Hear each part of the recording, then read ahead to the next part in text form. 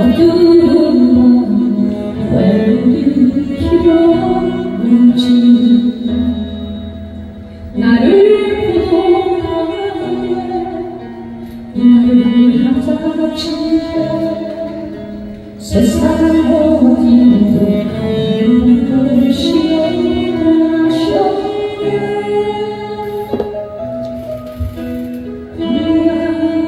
광야의 사랑에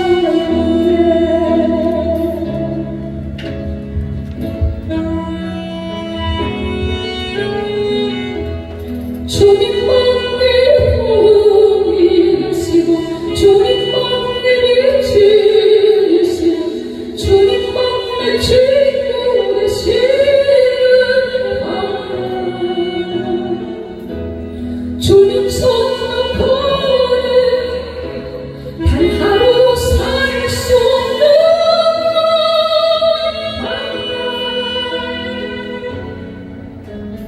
광야의 사랑에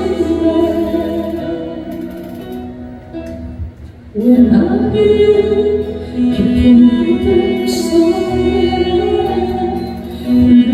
불러주시는지 어두운 밤에 길어오지 나를 보도하네 나를 찾아주네 세상 어디로 길고 쉽게 하셨네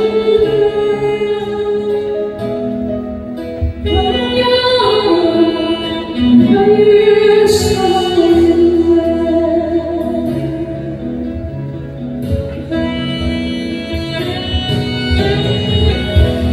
주님만 내 도움이 되시고 주님만 내 빛이 되시고 주님만 내 친구 되시는 나야 주님 손 놓고는 단 하루 살 수 없는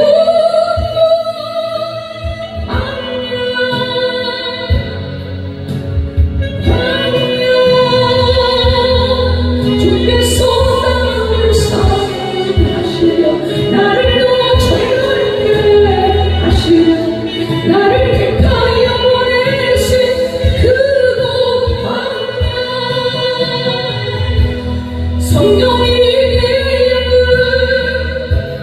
다시 태어나게 하는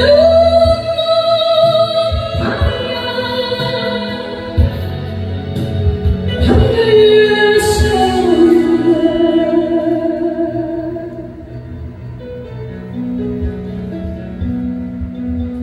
눈을 찾아 산산을 지으며 눈방지어 했던 내 꿈도 주님 앞에 내려놓고 오직 주님들만 이루어지기를 나를 통해 주님 들어가시는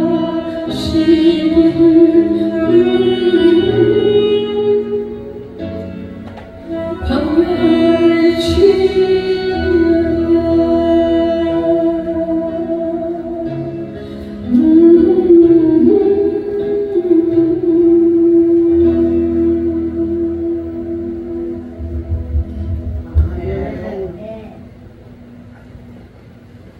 하나님 아버지 오늘도 거룩한 성의를 허락하시고 이 세상 광야에서 우리를 부르시고 주의 전을 찾게 하시니 주님 감사합니다. 오늘 이 말씀이 들려지게 하시고 깨닫게 하시고 그 말씀이 나의 삶에 적용할 수 있도록 인도하여 주시옵소서. 악한 마음이 동타지 않게 하시고 예수님의 이름으로 기도하옵나이다. 아멘. 오늘 말씀 로마서 9장 14절부터 23절까지 있는 말씀 가운데서 하나님의 귀히 쓸 그릇이 되자라는 이 제목으로 함께를 나누고자 합니다. 예. 우리 옆 사람과 한번 인사하세요.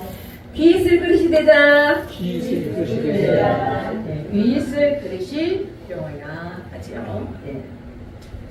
연고를 알 수 없는 한 남성이 응급실에 실려왔습니다. 입은 옷과 몸을 보니 술 냄새가 나고 악취가 나고 아주 거칠 말과 험하게 행인 같아 보였습니다. 그런데 몸속을 보니 암이 전신이 다 퍼져 있는 것을 보면서 의사가 어디가 제일 아프십니까? 라고 물었습니다. 대뜸 환자가 한다는 소리가 내가 할아버지가 아니야! 그러면서 이 자식아 하면서 소리를 쳤다고 합니다. 의사는 그 치밀어 오르는 그 마음을 발을 누르고 다시 그럼 물어봤습니다. 어디가 아프세요? 내가 알아! 네가 알지! 라고 이렇게 말을 했다고 합니다. 참 이런 분을 우리가 생각하면서 우리는 참 모든 사람들에게 덕이 되고 귀한 사람으로 늘 내 자신을 살펴보아야 합니다. 우리의 언행 심사가 조심스럽게 우리는 자신을 돌아보면서 나아가야 할 것입니다. 내가 그렇게 하나님 말씀 가운데서 나아갈 때 하나님이 보시고 귀 쓰임 받는 그릇이 될 것입니다. 하나님이 귀하게 쓸 그릇이 되려면 먼저 하나님께 선택을 받아야 합니다.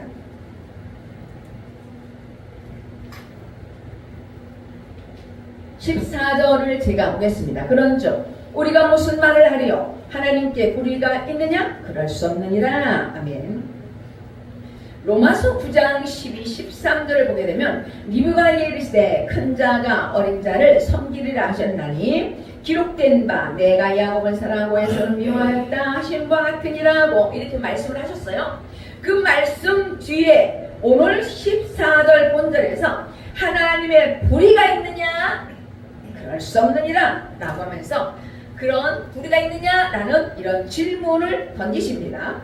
다시 말씀드리면 하나님이 누구는 택하고 누구는 택하지 않으신 것이 불의한 일일까요? 우리는 한번 생각해 보시오. 왜 너는 택하고 너는 택하지 않았느냐? 라고 하면서 하나님 불의하다 라고 이렇게 말할 수 있을까요? 어때요? 그럴 수 없어요. 예, 이거는 하나님의 주권에 의해서 이루어지는 것이기 때문에 그럴 수 없느니라 라고 본문에서 말씀을 하십니다.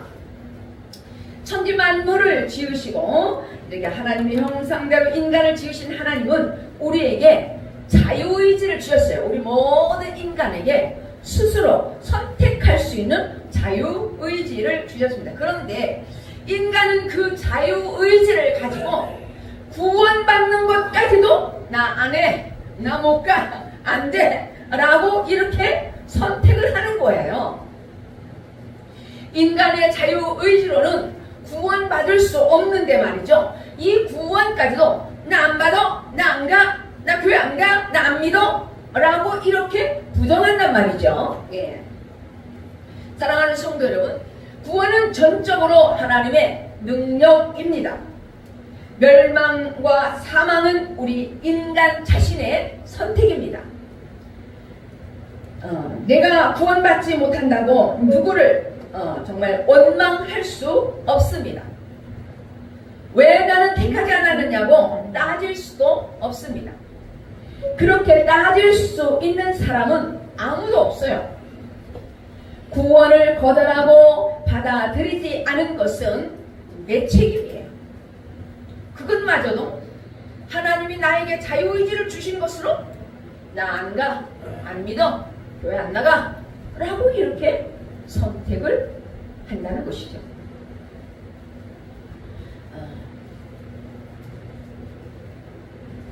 이렇게 자유의지로 거절한 것이기 때문에 자신 스스로가 판무덤이 되는 것입니다. 사람에게는 생명의 능력이 없습니다. 그러나 사망의 능력만이 있을 뿐이지요. 그래서 가만히 내버려 두면 누구든지 멸망으로 달려가서 모든 사람을 망하게 만들어요. 일을 잘하는 능력은 아무나 가지고 있는 게 아니지만 방해하는 능력은 누구에게나 있습니다. 이것이 인간의 죄성입니다. 이해를 돕고자 말씀드리면 아무리 아이가 제멋대로 산다고 그리고 엄마 말을 안 듣는다고 아이를 묶어놓고 키우는 사람은 없을 것입니다. 아이가 먹는 것을 제대로 못 먹고 못 걷고 또 음식을 흘리고 물건을 던진다고 해서 아이를 묶어놓을 수는 없습니다. 부모는 닦아주고 씻어주고 일으켜주고 돌봐주는 것밖에 할 수 없지요. 아이가 자라면서 배워가는 모습을 기다리고 보는 것밖에 해줄 수 있는 것은 없습니다. 이것이 부모의 마음이고 하나님의 마음입니다.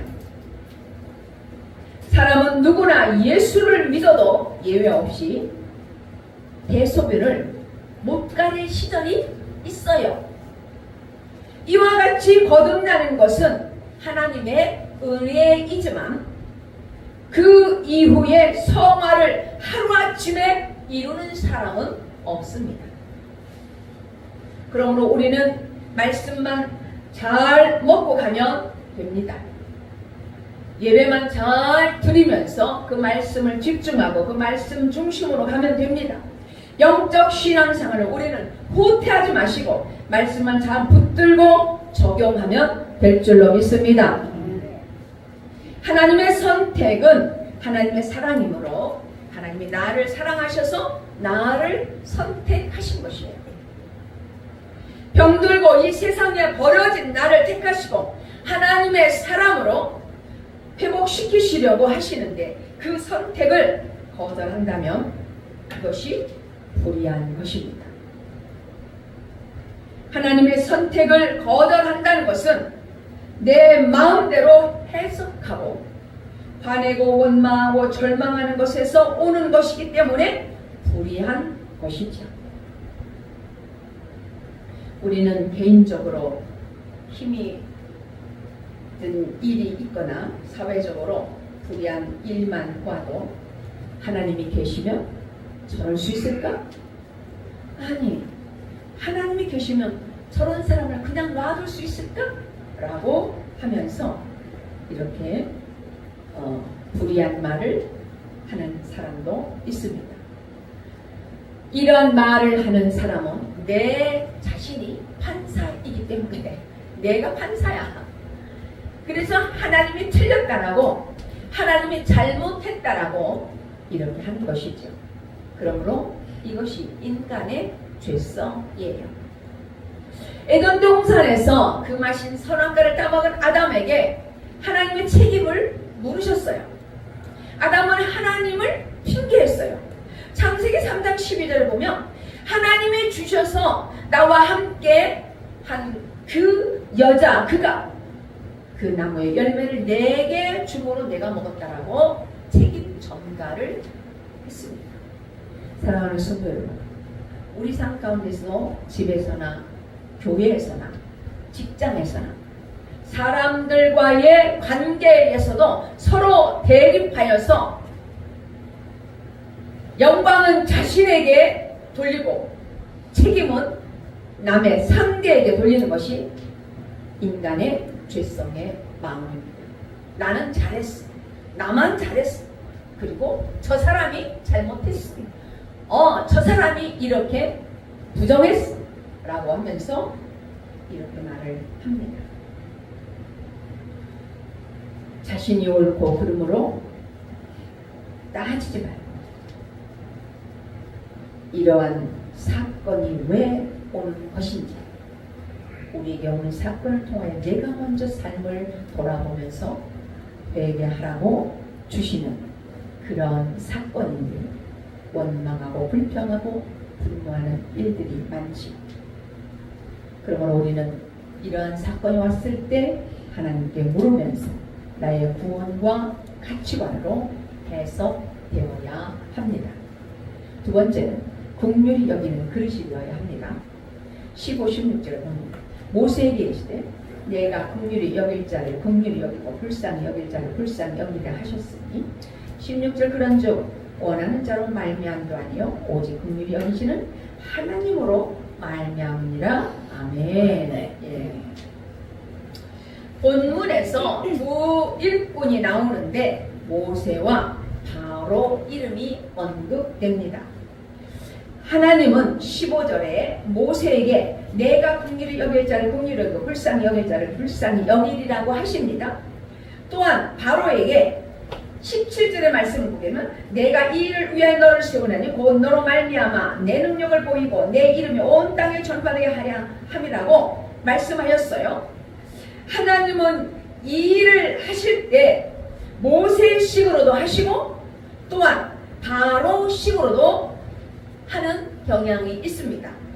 다시 말씀드리면 우리가 하나님의 뜻을 알고 그 일을 이루고자 하면 모세식으로 살게 되고 자기 뜻을 생각하려고 내 뜻이 옳다라고 생각하고 내가 옳다라고 생각하고 자기 중심으로 하려고 하면 바로식으로 살게 되어 있습니다.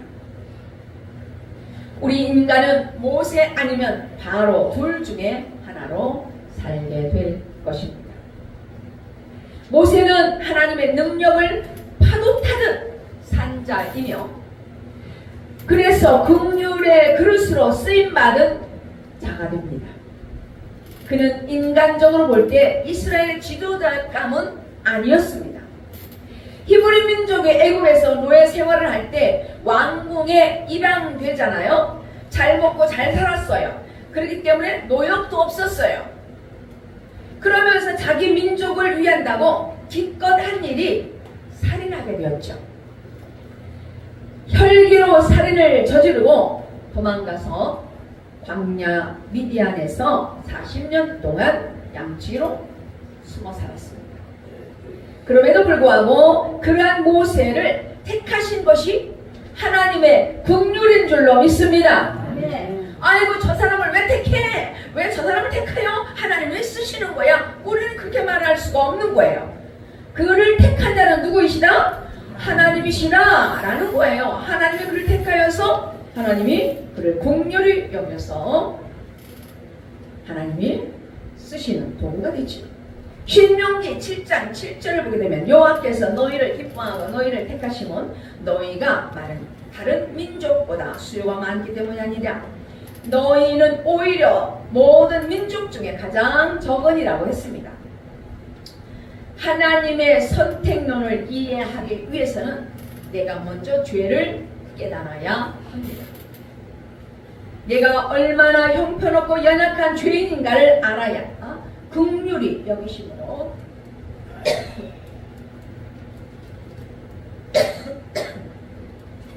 하나님의 선택을 이해할 수 있습니다.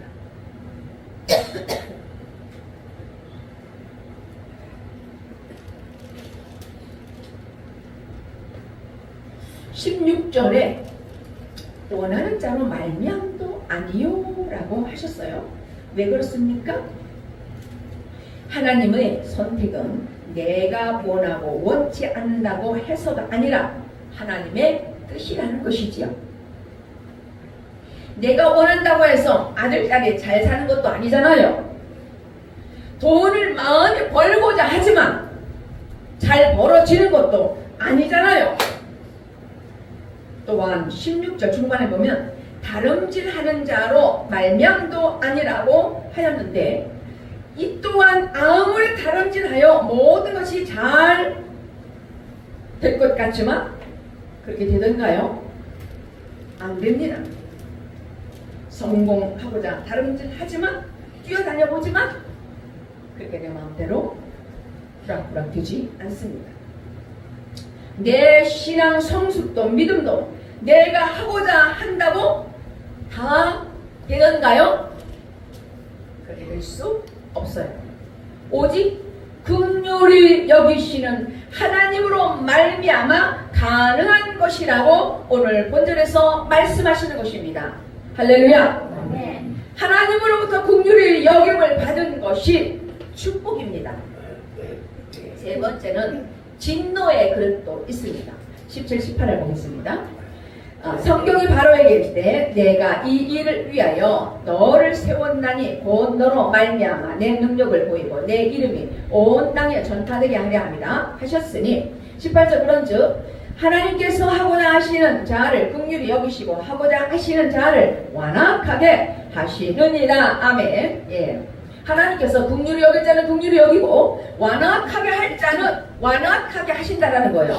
그거를 왜 나는 완악하게 했어요? 왜 나는 긍휼히 여겼어요? 이렇게 우리가 말할 필요가 없는 거예요. 오직 나는 뭐다? 내 죄를 보고 회개하면서 너 나가지고 겸손함으로 가면 되는 거예요. 주의 말씀대로 순종하고 가면 되는 거예요. 할렐루야. 본절에서 등장하는 이 바로는 출애굽기에서 이스라엘 백성을 괴롭혔던 애굽의 왕이죠. 예. 그런데 17절에는 성경에 바로에게 이르셨다고 말씀하셔요.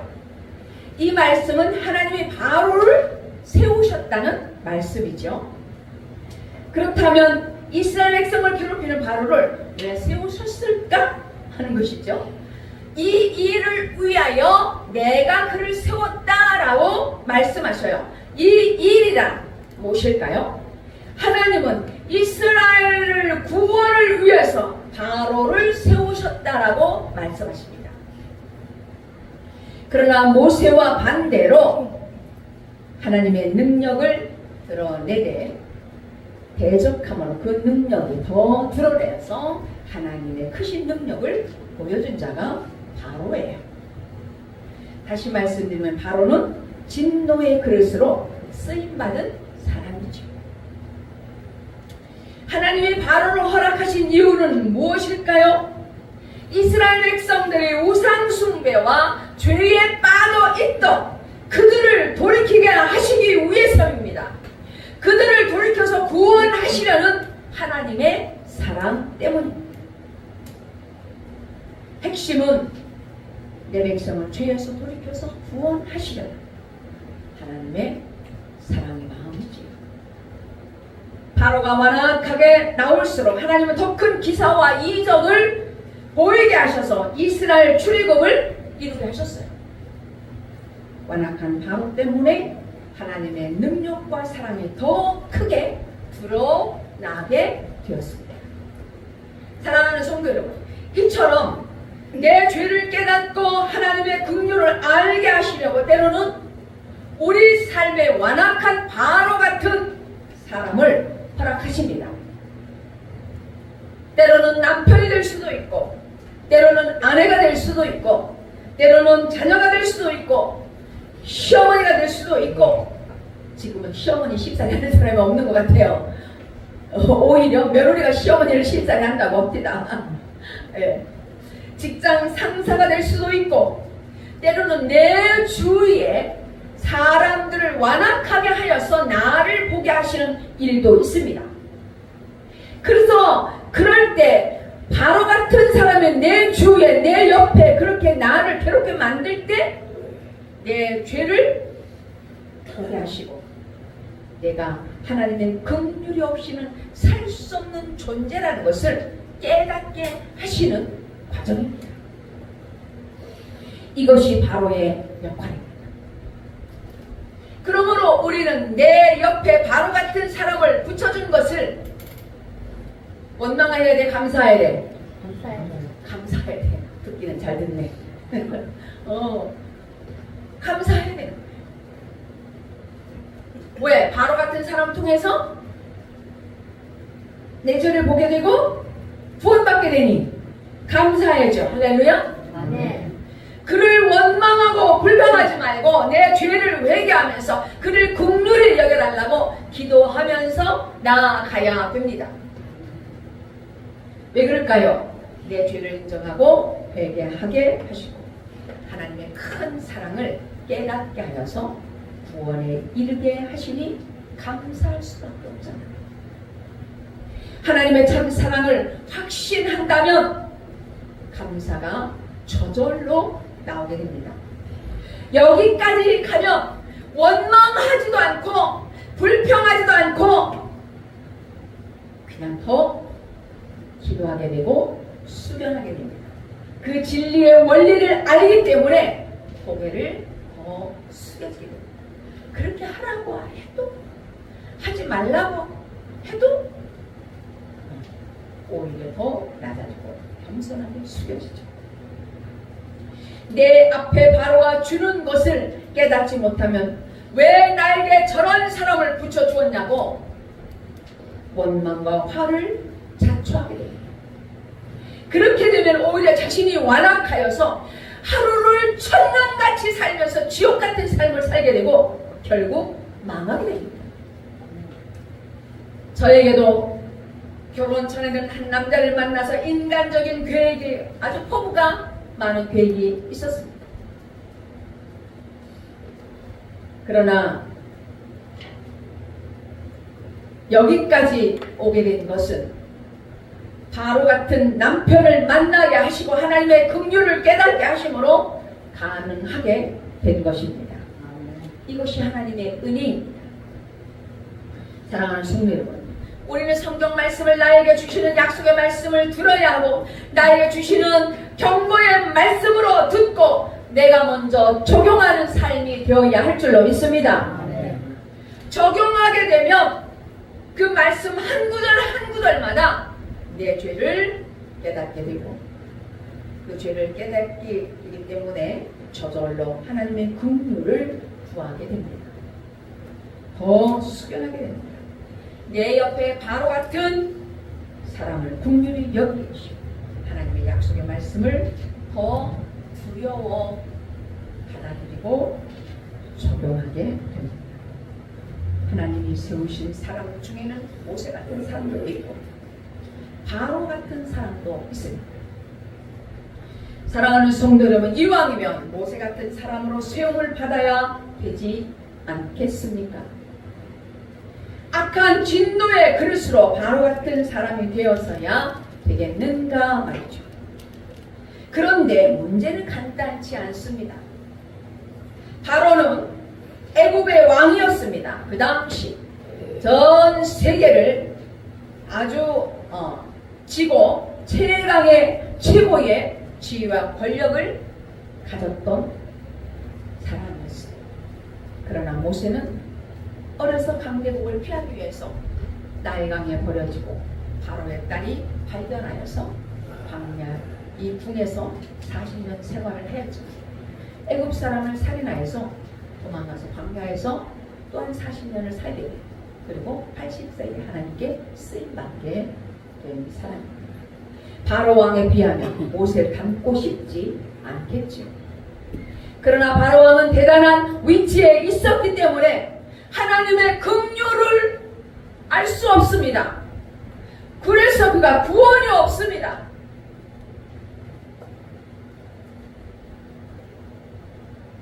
이렇게 바로를 완악하게 하셨다는 것은 내버려 두셨다는 뜻입니다. 네 마음대로 해. 네 마음대로 할 때만 해. 하고 내버려 두셨다는 거예요. 자, 우리 자녀가 부모 말을 안 듣는다고 집 나가서 내버려 둔다라면 그의 삶이 얼마나 정말 천하게 살아가는 말이죠. 마찬가지. 하나님도 그냥 내버려 두니까 이렇게 바로 같은 사람이 되잖아요. 그 길은 망하는 길입니다. 멸망의 길입니다. 그러므로 하나님이 없이도 잘 먹고 잘 사는 것 같지만 결국은 바로는 하나님의 진노의 모델이 되어서 구원이 없고 망하는 멸망의 인생의 삶이었습니다. 비록 이 땅에서 헐벗고 수치를 당하여 하나님의 긍휼을 여기심을 받는 모세가 되는 것은 축복의 삶이며 하나님의 사랑인 줄로 믿습니다. 아멘. 열차가 안전하게 갈 수 있는 것은 반드시 두 철로를 타야만이 안전하게 갈 수 있어요. 외길을 갈 수 없습니다. 또한 가다가 합쳐져도 안 돼요. 큰 사고를 일으키게 되죠. 바로 같은 사람이 내 옆에 평양을 이루고 있기 때문에 내가 바른 길로 갈 수 있습니다. 내 옆에 바로를 보면서 나를 보게 하시고 내 죄를 회개하게 하시고 더 하나님의 긍휼을 구하게 하십니다. 밤과 낮은 진리입니다.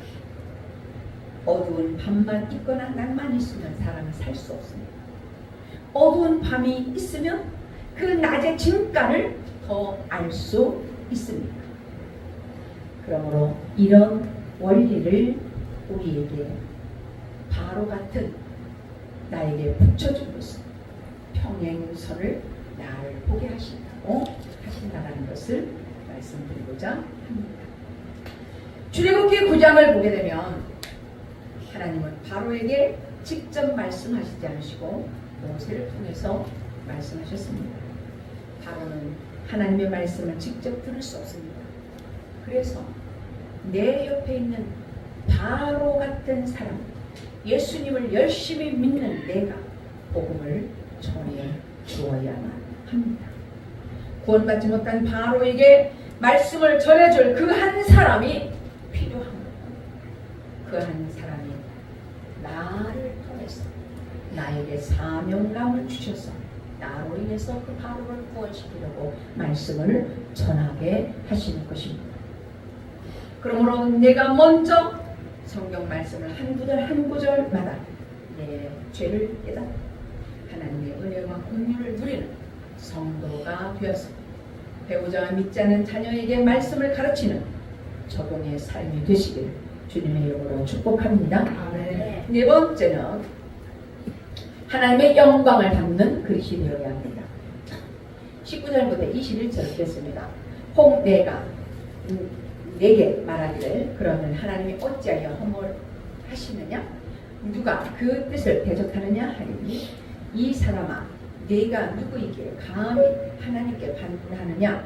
지음을 받은 물건이 지은 자에게 어찌 나를 이같이 만들었느냐 말하겠느냐? 토기장이가 진흙 한 동이로 하나는 귀 쓸 그릇을 하나는 천이 쓸 그릇을 만들 권한이 없느냐 하네. 하나님은 자신의 능력을 나타내기 위해서 인간을 사용하시죠. 하나님의 도구로 귀 쓸 그릇으로 또는 천이 쓸 그릇으로 그 뜻을 따라 지으십니다. 그렇다면 그릇이 토기장이에게 왜 나를 만들었느냐고 말할 수 있겠습니까? 왜 나를 이런 모양으로 이런 검정피부로 나를 만들었냐고 따질 수 있겠는가 말이죠. 인간이 누구도 부모를 선택해서 태어난 사람은 아무도 없습니다. 또한 부모가 자신을 낳는 것을 목격한 사람도 없습니다. 그런데 나는 왜 이렇게 태어났냐고 이렇게 반문하는 사람이 있지. 누가 나를 낳으라고 했냐고 반문하는 사람도 있습니다. 부모에게 들이대는 사람들이 또한 있습니다. 이것은 특히 청소년기에 자기가 해달라는 것을 해주지 못할 때 그런 말을 많이 하는 것을 자신의 만족을 채워지지 않을 때 부모에게 대적하게 되지요. 22, 23절을 보면 만일 하나님의 그의 진노를 보이시고 그의 능력을 알게 하고자 하사 말하기로 준비된 진노의 그릇을 오래 참으시고 관용하시고 또한 영광 받기로 예비하신 바 긍휼의 그릇에 대하여 그 영광의 풍성함을 알게 하고자 하셨을지라도 무슨 말을 하리요? 아멘. 바로 같은 진노의 그릇을 오래 참으심으로 관용하시며 모세처럼 긍휼하심으로 그릇으로 이 영광의 풍성함을 알게 하셨다고 해도 그것은 하나님의 마음입니다. 왜 바로 같은 사람을 사용하십니까? 라고 누가 감히 하나님께 반문을 할 수 있겠는가 말이죠. 그렇기 때문에 우리가 할 수 있는 것은 내가 긍휼의 그릇이 되기를 기도하는 것밖에 없습니다. 힘든 사건을 겪는다고 왜 나를 태어나게 했냐고 대적하는 것은 오히려 자신의 직분의 그릇으로 사용될 수밖에 없는 것입니다. 그러므로 내 힘으로 아무것도 할 수 없음을 인정하고 나의 교만과 죄를 고백하며 하나님의 영광을 담는 긍휼의 그릇으로 낼 수 있습니다. 오늘 긍휼의 그릇이 되기 위한 한 사람의, 한 가정의 간증을 제가 정말 이분의 간증을 전하고 합니다. 이 가정은 두 분이 결혼하여서 행복하게 살았지만 부인이 둘째 임신을 하였을 때 남편이 바람을 피워 집을 나가게 되고 이제 집에 들어오지 않았습니다. 그러면서 20년이 훌쩍 지나갔습니다. 그런데 20년이 지나서 이 남편이 병들어서 중환자실에서 사경을 헤맬 때 연락이 와서 생각하다 못해 병원을 찾았습니다. 그래서 두 아들을 데리고 부인이 찾아와서 병원에 와서 그 남편을 보았을 때 뭐라고 하였을까? 여러분 같으면 뭐라고 할 것 같아요? 여러분 같으면 뭐라고 할 것 같아요? 어디서 살다가 이제 나타난다고? 이렇게 할 것 같아요? 그런데 부인의 기도를 잠깐 제가 물론 부인의 이 기도를 보면서 너무너무 제가 감동받아서 제가 엉엉 울었어요. 하나님, 이런 사람을 저에게 붙여주셔서 감사합니다. 이 사람을 저에게 주었던 사람 때문에 또한 소중한 자녀를 주셔서 그동안에 행복했습니다. 이제 떠나보내야 하지만 그리고 사랑했습니다. 고마웠습니다. 말을 전하고 싶습니다. 중환자실에서 이 부인의 기도를 듣던 모든 사람들이 눈물을 흘렸다고 합니다. 그리고 기도를 끝난 뒤 그 환자의 호흡기를 떼고 숨을 거두게 되었다는 말. 이 아버지 때문에 서로가 미워하고 원망하고 분노하며 대적할 수밖에 없는 상황에서 진노의 그릇으로 끝날 수밖에 없었던 가정이었잖아요. 그런데 이 엄마 한 사람으로 인해서 긍휼의 그릇이 되었습니다. 사랑하는 성도 여러분, 이 엄마 한 사람으로 하나님의 사랑과 감사하는 적용으로 모든 가족을, 자녀들을 구원의 길로 살렸습니다. 이것이 하나님의 선택입니다. 우리는 하나님께서 하시는 일에 어떠한 일도 나를 왜 이런 그릇으로 쓰시냐고 반문할 수 없습니다. 우리는 내게 임한 사건을 제대로 해석하지 못하기 때문에 하나님을 원망하고 사람을 미워하고 분노하게 되는 것입니다. 말씀을 마칩니다. 예수님은 예루살렘을 보시고 우시며 기도하셨습니다. 이처럼 부인이 믿음이 없는 남편을 보고 울었기 때문에 결국은 온 집안이 구원되는 역사를 이루었습니다. 성도 여러분, 도저히 참아줄 수 없고 나를 배신하여 멀리 떠나 오갈 데 없는 병자로 나타난 남편이라 그 사람을 용납하는 것이 하나님의 긍휼의 그릇이 되는 것입니다. 좋은 환경에서 대단한 업적으로 빛나는 것입니다. 어떠한 일에도 감사할 줄 알고 하나님의 오심에 인정하는 것이 하나님의 영광을 담는 최고의 그릇이 됩니다. 잘났든 못났든 내가 하나님의 귀 쓸 그릇으로 지음받은 곳에 인정하고 감사하는 성도가 되시길 주님의 이름으로 축원합니다. 아멘. 네, 찬송가 부르면서 기도하겠습니다.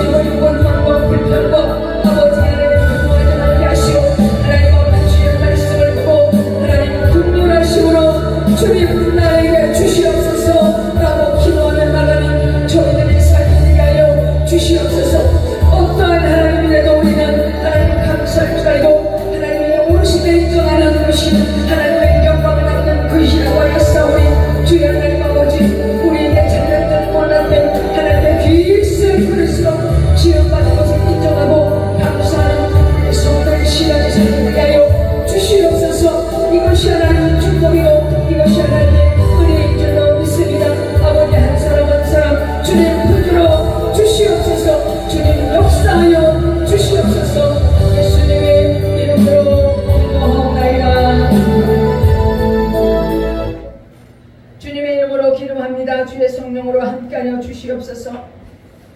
오늘도 우리 삶의 문제 속에서 미워하고 원망하고 불평한 일들이 너무너무 많았습니다. 하나님, 왜 나에게 이런 일을 감당하게 하십니까? 라고 하나님이 불의하다라고 쉽게 토하는 적도 있습니다. 주님, 우리의 잘못된 가치관이 갇혀 진노의 그릇이 될 뻔하였으므로 주여 불쌍히 여겨주시고, 하나님은 긍휼히 여길 자를 긍휼히 여기신다고 하셨으므로 우리의 완악함 때문에 진노의 그릇이 될까 두렵사오니 주님 내 속에 바로를 불쌍히 여기는 마음을 주시옵시고 내 옆에 바로들을 불쌍히 여기고 그들을 긍휼히 여길 수 있는 마음을 허락하여 주시옵소서. 사랑의 주님, 우리는 누구를 사랑할 수도 없고 지울 수도 없고 용납할 수도 없으므로 하나님의 긍휼이 우리에게 덧입혀지기를 원합니다. 우리 삶에 이해할 수 없는 힘들고 아픈 사건 속에서도 원망하고 미워할 것이 아니라 하나님의 오르심을 인정하고 그 사람과 환경에서 하나님의 영광을 나타내는 저희들이 되게 하여 주시옵소서. 어떠한 일에도 감사하는 마음으로 귀하게 쓰이는 그릇이 되게 하여 주시옵소서. 예수님의 이름으로 기도하옵나이다. 아멘.